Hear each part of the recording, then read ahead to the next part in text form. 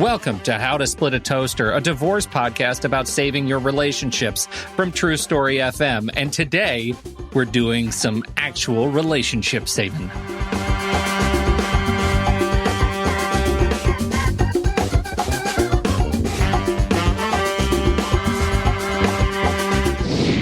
Welcome to the show, everyone. I'm Seth Nelson with my good friend Pete Wright, and we're going to talk about a bunch of relationships that may be in your life for a short period of time or a very long period of time, depending on how things go in that relationship. It's all about these relationships, Seth. And that's why we started the show. We had this brainstorm. It's going to be a great title. And we haven't talked about the breadth of those relationships. But I think it might be a good segue. You had some interest in doing just a little bit of follow-up from last week's show. Let's start by talking about the relationship that is central to this entire experience, and that is the one with your soon-to-be former spouse. Well, I was actually thinking after the show, like, I should have said that, or there was a good point I wanted to make, which, like I told you in a previous show, I hate it when I have those thoughts walking back from the courthouse after the hearing. Like, I should have said that in court. That's never what you want to do, but I always play it over in my head. Oh, yeah. So it's a little frustrating, but I think it makes me a better lawyer at the end of the day. So 2 little points from last week's show about making sure you're doing everything you can to work on your marriage before you decide to go through a dissolution. One is, it takes 2. We really talked a lot last week about making sure you're doing everything you can do, everything you can do, everything you can do. And I just didn't want it to get lost that it takes 2 to make a relationship work. So one thing you might want to consider doing when you're working on your relationship is do not make demands, just make requests. Like if you're asking your spouse to change a behavior, or you're trying to change behaviors or how you guys interact in some way, shape, or form, it's just a request. And it makes it very simple. In kind of the balancing act, when you have so many requests that are just not being met, and that outweighs all the positive stuff, that might be that kind of aha moment, like this isn't working. Mm-hmm. Now, some requests might just be deal breakers, like, no, I'm not doing that. And that's perfectly acceptable. Everyone gets to set their own boundaries. So just think that you're in it with somebody else. And also, I really wanted to end with this last week. I truly believe, and I've seen this time and time again, that the bravest thing people do is actually stand up for themselves and then move forward. And I am not advocating that you get a divorce, but I've seen people get stuck. And when they finally get the courage to move forward, and then I see them years later, and I just think, how brave is that to say, it's a scary process. There's a lot of unknowns. It's easier to stay where I am and not live my best life, but I'm going to jump off that diving board, mm-hmm. and I'm going to go into that deep end. But at the end of it, even how awful it might be going through it, there is something better after you get through this process. And even standing up and saying, no, I'm not going to take this anymore. I'm going to focus on myself. So I just wanted to quickly put an exclamation point on that and recap from last week. And sorry I didn't do it then, everyone. No. I think that's it's actually, I think, a great way to start this conversation. And I know we're talking in terms of former spouses, but I feel like I mean it when I say saving your relationships, right? That you never know sort of where your former spouse is going to fit into your life if you don't do the work to stand up, move on. But in some ways, you recognize that you're going to be moving on with this person just in a new capacity, right? I mean, you're a terrific example. Well, thank you. I mean, my former spouse and we've talked about get along. I don't say the word ex because I feel it's derogatory. And I think that former spouse relationship changes over time, and it also depends how much you still have in common.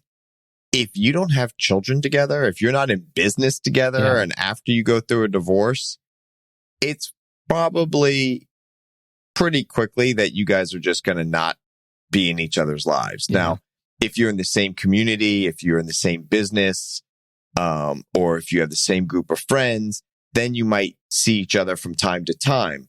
But, and you'll have to navigate that issue, like, oh, this is the party we both used to go to. But if you don't have kids, it and it's not a very long-term marriage, usually people go back to doing what they're doing. And it's like, oh yeah, you kind of lose track of them. Of course, social media people start getting blocked and all that. And then I have all those other divorces that start because someone found an old girlfriend or boyfriend on Facebook and got reconnected. But when you're going through it in this relationship you're going to have going forward, depending on what you still have in common, required or otherwise, children, you're obviously going to be dealing with that person for the rest of your life. Now, how often you deal with them gets dramatically less over time as children get older. Sure. When you're dealing with a 4-year-old going back and forth, and if you're still in COVID and you're figuring out how to do a first grader on Zoom for school, if they're locked down and not going to brick and mortar school, that's a lot more interaction, organizing it. It gets less and less when the kids get older and they're 16 and if they get a car. Sure. Kids are vapor. They're gone. Yeah. Right. When they're in college, your interaction is even less with your former spouse. So the younger they are, the more transitions back and forth between the homes, the more figuring out the holidays, you got to clear stuff, all that stuff. It's much more in your face than it is when they're 30, you're just hoping you're going to get invited to the wedding and not have to pay for it. That's good. I can see where your head is right now. That's fine. It's fine. I get it. Exactly. My kid's 16. I got time. Yeah, right. You got a little time. Well, and I think that goes to what we're talking about. It's just making space both in your sort of in your head and your heart to show up to that relationship wherever that may be. Exactly. And have really low expectations. We all get upset when expectations aren't met. Whether it's the restaurant you went to, the food wasn't was bad service. Whether you're at a stoplight, the light turns green, the car in front of you doesn't go, and whatever your expectation is, you get upset.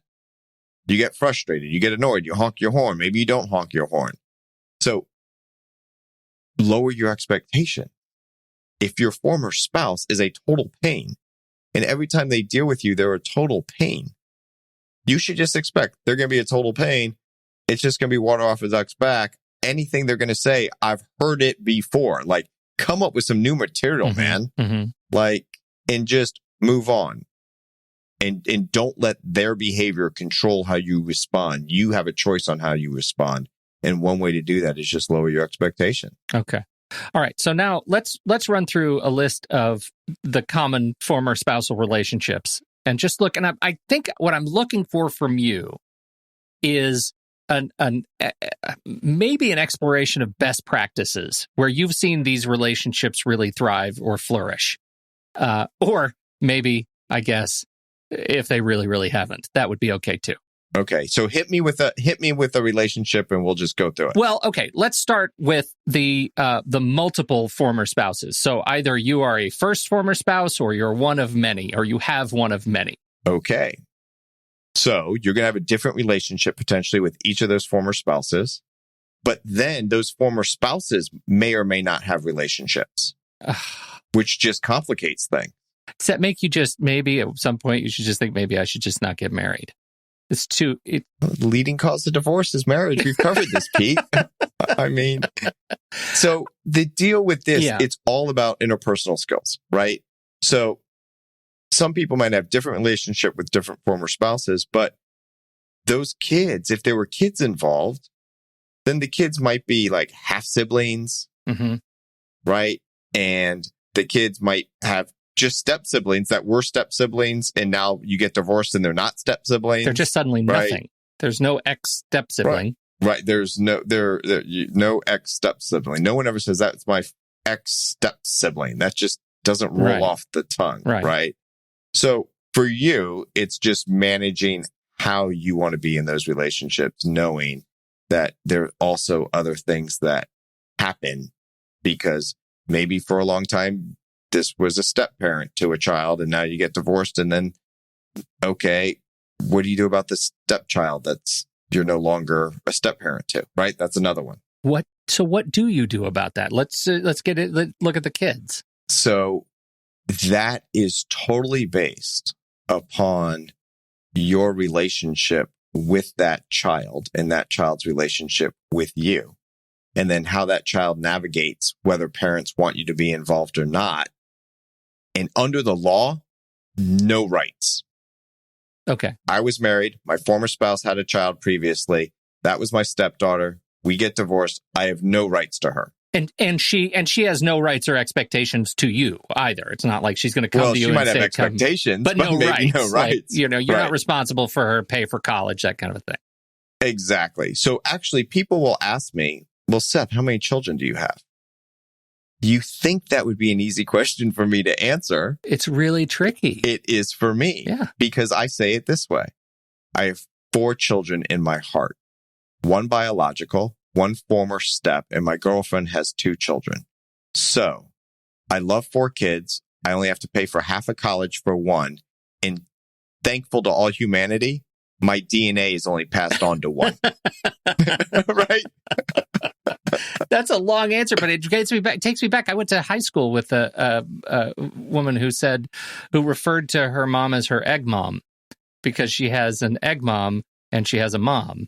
She was not close to her egg mom, but her stepmom she refers to as her mom. And everybody has these different names. For example, my son has a stepfather. And when we're out and about, he says, oh, that's my stepdad. Yeah. Okay.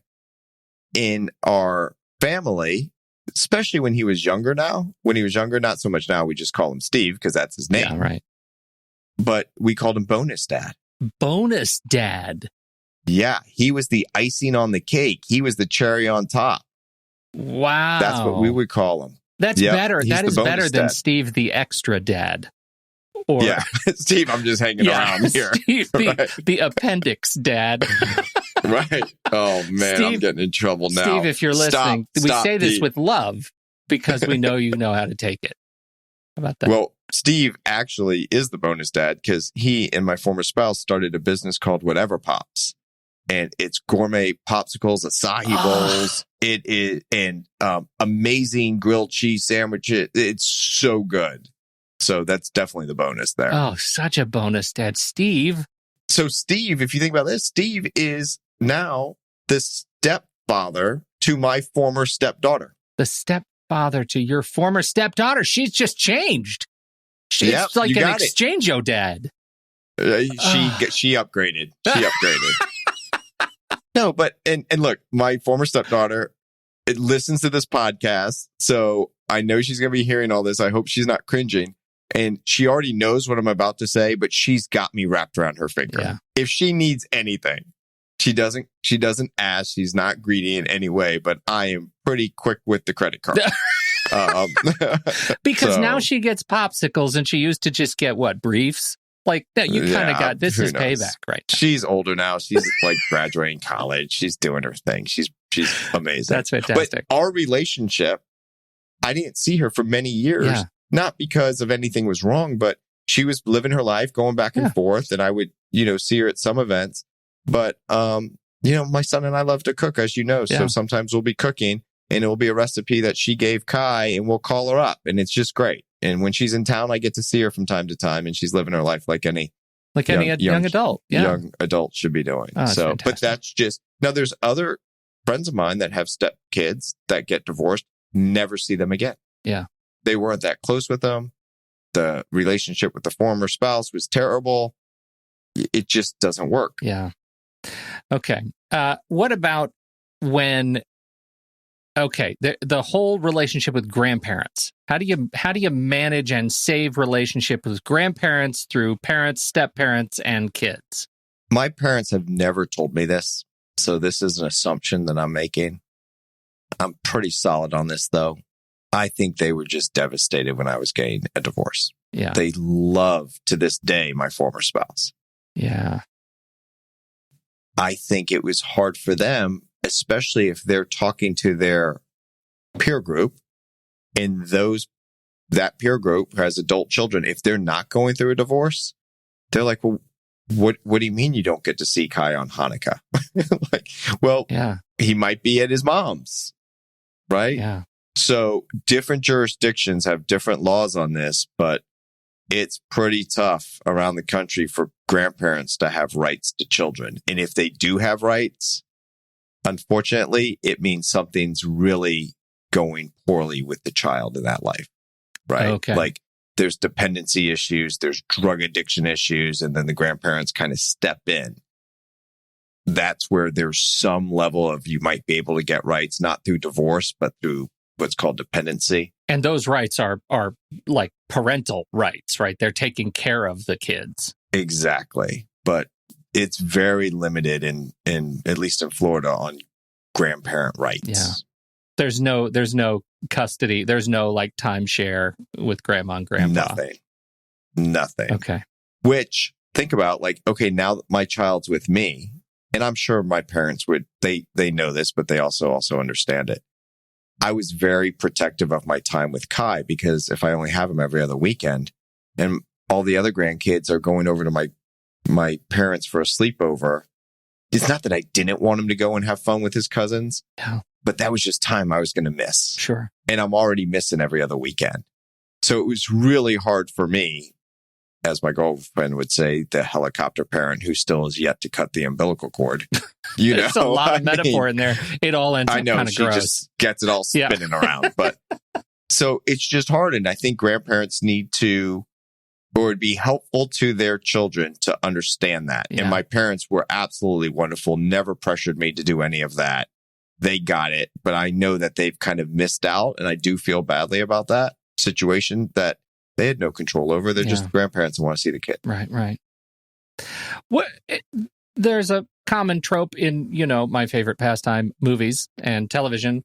When you talk about divorce, you talk about who gets the friends. And this is one, we've talked about families on the show before in some capacity, but I don't think we've ever really waded into the waters of social groups. I think, in my experiences, in going through a divorce, you really find out who your true friends are. What does that look like? If they're there to support you, and this is the battle with every friend, okay?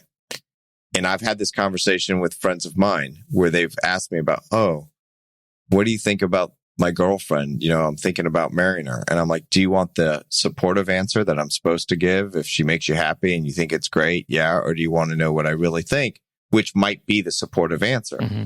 And they're like, I want what you really think. And I'm like, run. She's not the one for you. Run. Yeah. Now, if you get married to her, I'm just telling you, I hope it works out. But from what I see and the information I have, you need to run. This is not going to end well.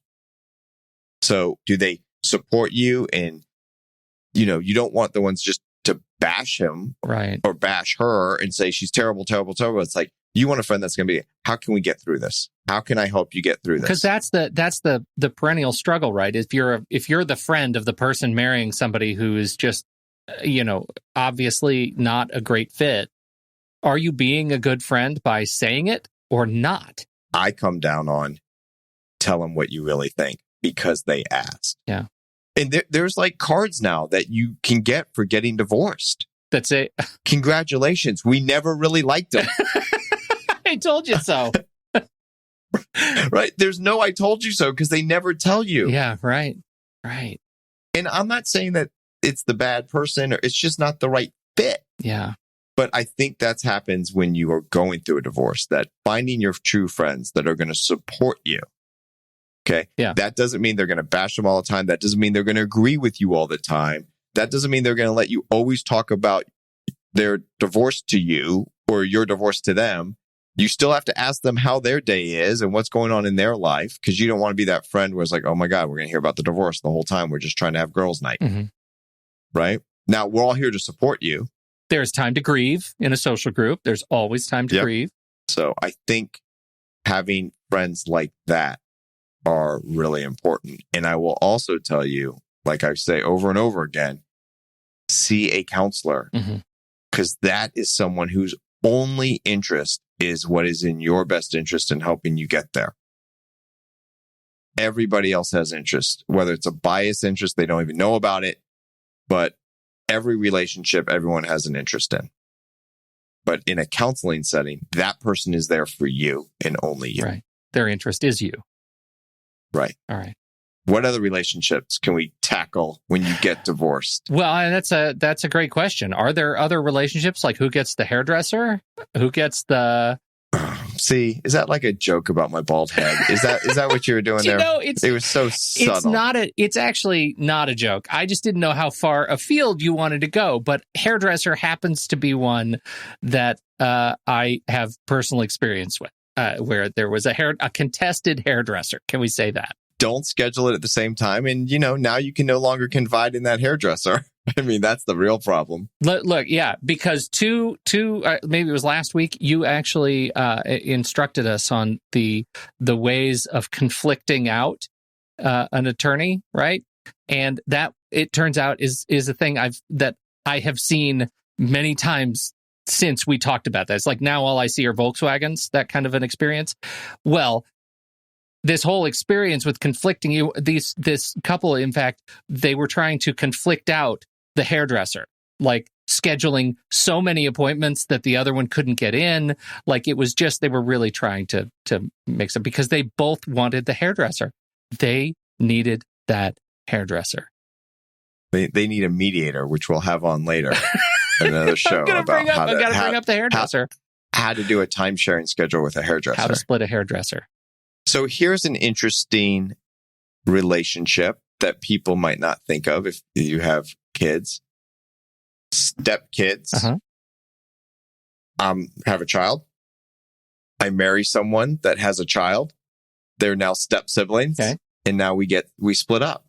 They were step siblings. Now they are former step siblings. Right. Which we joke about the term. No one ever says that. It gets confusing for them, but it's all about the relationship that they had. And now with social media, it happens all the time. And I know kids that still will play Xbox with their former step sibling because they can do that. Right. Right. Now the parent might just cut them off. Well, that's not necessarily best for the kids. If the kids were getting along, what does it matter? Are they in the same soccer team? Do they go to the same tournaments? Were they going to the same school? How does that happen? So just focus on that because that's really putting them first, not you first. Well, and that's kind of the lesson I'm getting from this entire sort of assessment of relationships is that there are very few legal relationships, legally defined relationships after a divorce, but there are a whole bunch of interpersonal relationships, and those can be as warm as you want them. Right. And a lot of that has to deal with how is the relationship when things were going well? And then how did you handle it when that relationship that connected everyone, yours and your spouse's, that connected everyone, when that starts going south, how do you handle that to maintain these other relationships? And if those are important to you, it's a little hard to be really nice and try to be nice to a kid when that kid's saying, but you treated my mom like crap. Yeah. So you have to think about that even when you're scared about where you're going to live and how much money you're going to have and dividing your assets. And I got to get back in the workforce and I got to deal with my parents who really love my former spouse or soon to be. And you've got a lot of this going on and you're just looking to manage those relationships, which is what we're trying to just help you do, and take it one conversation at a time, one day at a time. We're not trying to overload you here, but when you're dealing with those people, and do things, if you're interested in keeping a positive relationship, you can do things that you would do whether you were married to their former son or not. Mm-hmm. If you're one that usually would be the one to send the birthday card, send the birthday card. If you know that your former spouse is not going to have your child send a birthday card to grandpa and grandma, even though it's his parents, send the birthday card. Have the child do it. That's good for your kid. And it just gets you points. Yeah, right. You can always use points. You can always use points. Think about your clients. You ever have any common regrets that you recall, people who feel like they mishandled these relationships and wish they'd done something differently? The biggest regret, and this is going to kind of go back to our conversation from last week, the biggest regret that I hear from people is they didn't do it sooner. They didn't get a divorce sooner. they held on too long, which is sad to say. And I'm not trying to encourage anyone, but that's the biggest regret that I get. I don't hear a lot about these other relationships, and intuitively, they're just different. Mm-hmm. A step parent, no matter how involved you are and how much the child might love you and how much you love that child, you're not the parent. And that is just a difference. And that goes for step grandparents too. A child will be more upset usually if a grandparent passes than a step grandparent, even though that child knows no difference all along the way. Yeah, sure. It's just the psychology of it. So, let me define a term.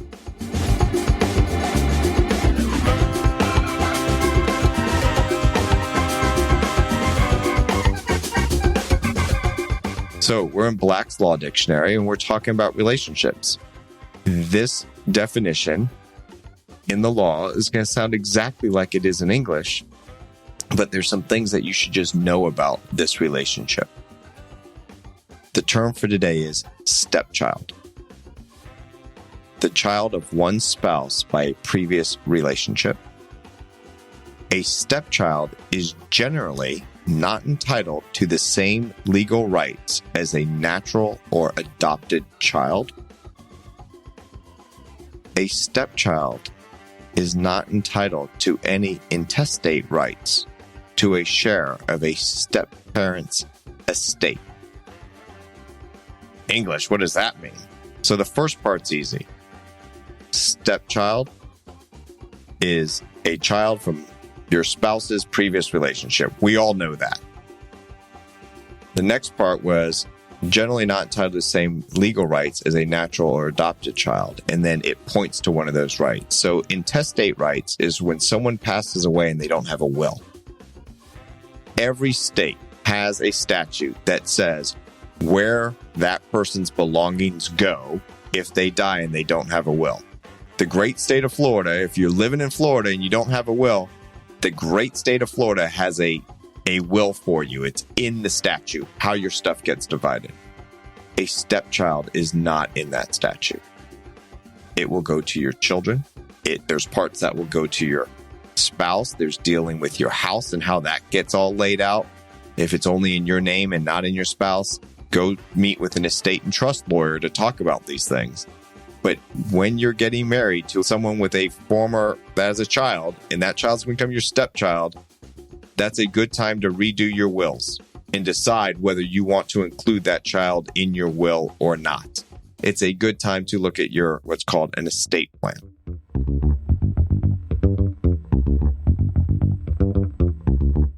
That answers so many questions about those, like Knives Out. Those murder, like family murder things. Great movie. Yeah. Love that one. Exactly. Who gets to inherit if you don't have a will? That one, they had a will and it might have been changed and all that. Right. Well, yeah, because it was, All right. All right, Seth, working with your lawyer, I know we've spent a lot of time in the first half of our show. Now we're going to dig into the major second half, which is your attorney's role in all of these relationships. Where would you like to begin? There's nothing for your divorce lawyer to do. Oh, Seth. Hey, look at all the money I just saved. People calling their lawyers to talk about what do I do with this stepchild. Yeah. And Nothing. Time. Nothing. Right. Don't do anything. Now, it's You're sad fine. because they'll want to be involved. If they're asking, they want to be involved. Sure. Right. But this is where you really should be talking to a different lawyer. It's called an estate and trust lawyer. That lawyer handles setting up your will. There's something called a healthcare surrogate who makes your medical decisions if you're unable to. Durable power of attorney. Who handles your money if you are unable to make those decisions for yourself? Something called a pre-need guardianship, kind of saying, hey, this is who I'd like to be the guardian if someone needs to be. There's all these sort of living will. You've heard that term. There's all these sort of, who pulls the plug, right? And in my family, we're a bit klutzy. We like to say, who's going to trip over the cord? Who's going to trip over the cord?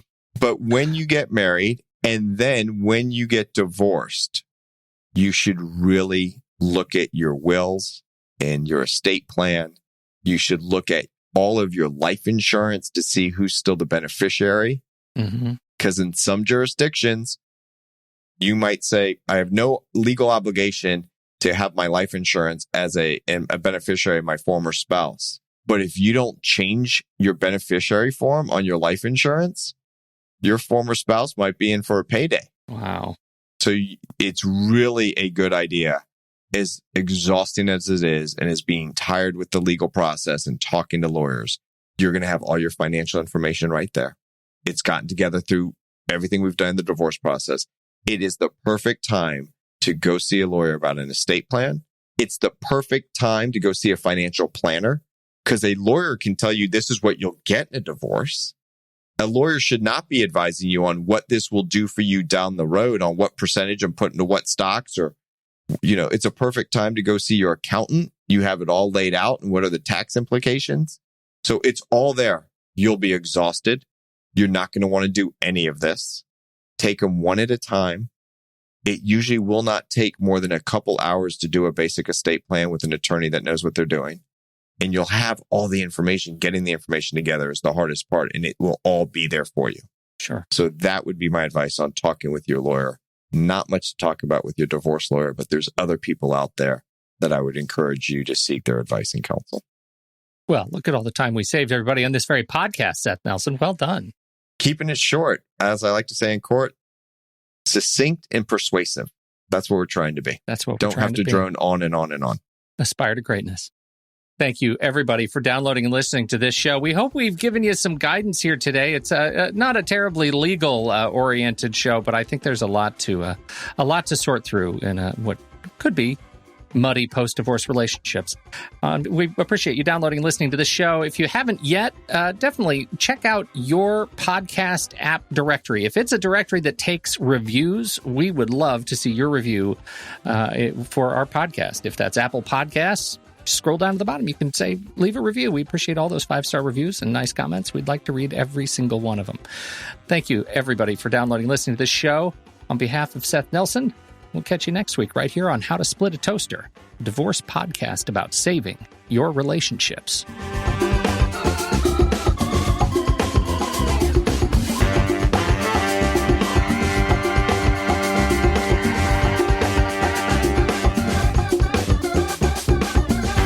Seth Nelson is an attorney with Nelson Coster Family Law and Mediation, with offices in Tampa, Florida.